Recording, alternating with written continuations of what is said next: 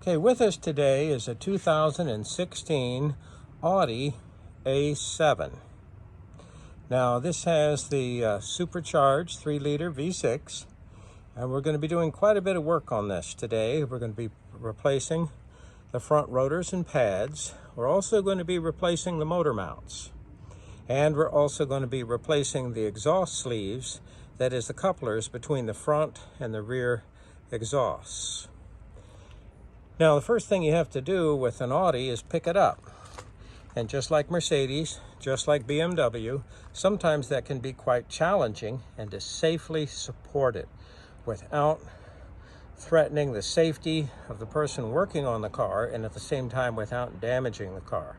So let's now talk about how we're going to lift it. Now, we're using a conventional floor jack. It's a hydraulic floor jack, and you'll notice there on the plate of the floor jack, I have a special polymer adapter, and that's specifically for Audi.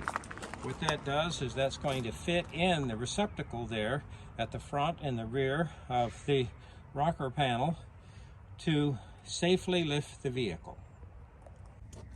Okay, now here is actually the lifting receptacle, and this is what the floor jack is going to be actually lifting with this adapter. And this is kind of made up of a type of hard polymer material.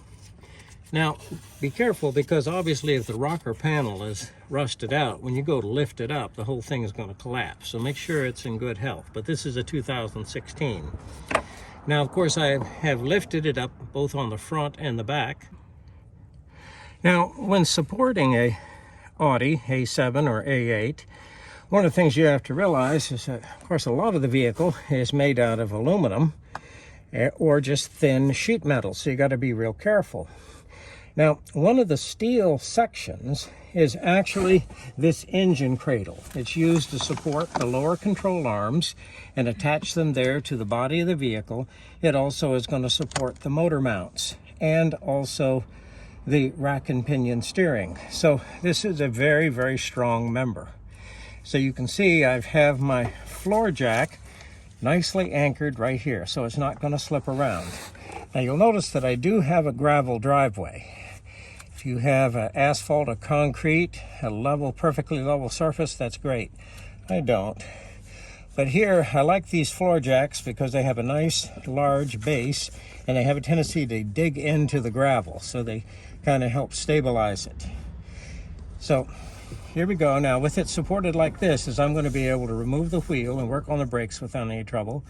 I also am going to be working on the engine. I'm going to have to lift the engine to get the motor mounts. And one thing we'll talk about actually replacing the motor mounts, but one of the things you realize when you look at the left side, you say, I can see the right side motor mount's going to fall out. Lots of room. But the left side's awful tight. But let me remind you that when you remove the left motor mount, the right motor mount, and you unbolt the left motor mount, now I am going to be supporting the engine with wood blocks in my floor jack. If you have the engine holder or lift up on top going across from the McPherson strut towers, that's great. But I'm going to be using the floor jack to lift the engine slightly. But once you remove the right motor mount, the engine can be thrusted to the side. In other words, just a piece of wood, be careful what you pry on.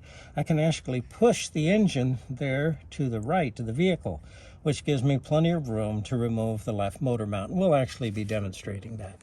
But right now, how are we supporting the vehicle? We're supporting it here on these steel members. Now, as far as the back, let's take a look. Okay, now we're not really doing any extensive work on the back of the vehicle. They did want it elevated though, so as you can see, I'm on these polymer ramps, and these are good and sturdy. So I have the emergency brake applied, transmission's in park. So there the vehicle is nicely anchored.